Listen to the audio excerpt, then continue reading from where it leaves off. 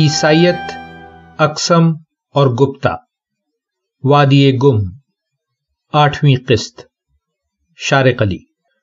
ہم سپلائی سمیت کیمپ میں پہنچے تو شام ڈھلنے کو تھی۔ سامان اتار کر آرام کی نیت سے ٹینٹ کی جانب بڑھا تو آرکی نے تھورایا سیٹلائٹ فون پر، جو باہر کی دنیا سے کیمپ کا واحد رابطہ تھا، آج صبح ملنے والی ڈیوڈ کی ماں کے انتقال کی خبر سنائی۔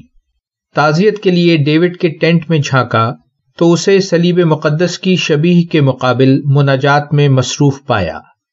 جب حضرت عیسیٰ مصلوب ہوئے تو رومی سلطنت کی عیسائی دشمنی کے خوف سے صرف چند ہی عیسائی دنیا میں موجود تھے۔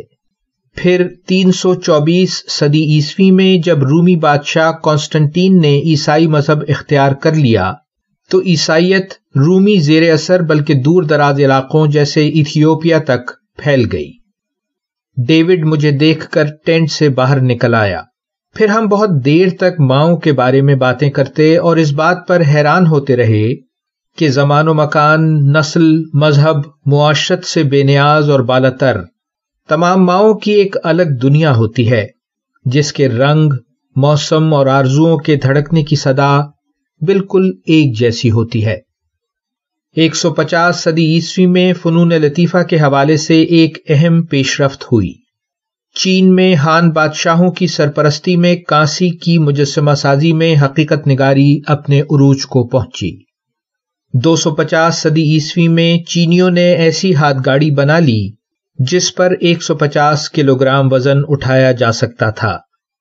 ادھر میکسیکو میں 300 صدی عیسوی میں ٹیوٹیہوکن میں 1,20,000 آبادی کا ایک شہر تعمیر ہوا، جس میں جا بجا احرام نما عبادت گاہیں بنی ہوئی تھیں۔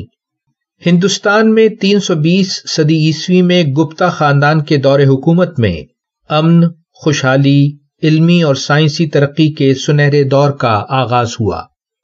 افریقہ میں ایتھیوپیا اور ایریٹریا کے علاقے میں اقسم بادشاہوں نے روم اور ہندوستان کے تجارتی راستوں پر 100 صدی عیسوی سے لے کر 940 صدی عیسوی تک منظم حکمرانی کی۔ گرینائٹ پتھروں سے بنی مینار نما عالی شان یادگاریں آج بھی اس طویل دور شہنشائیت کی یاد دلاتی ہیں۔ جاری ہے ویلیو ورسٹی۔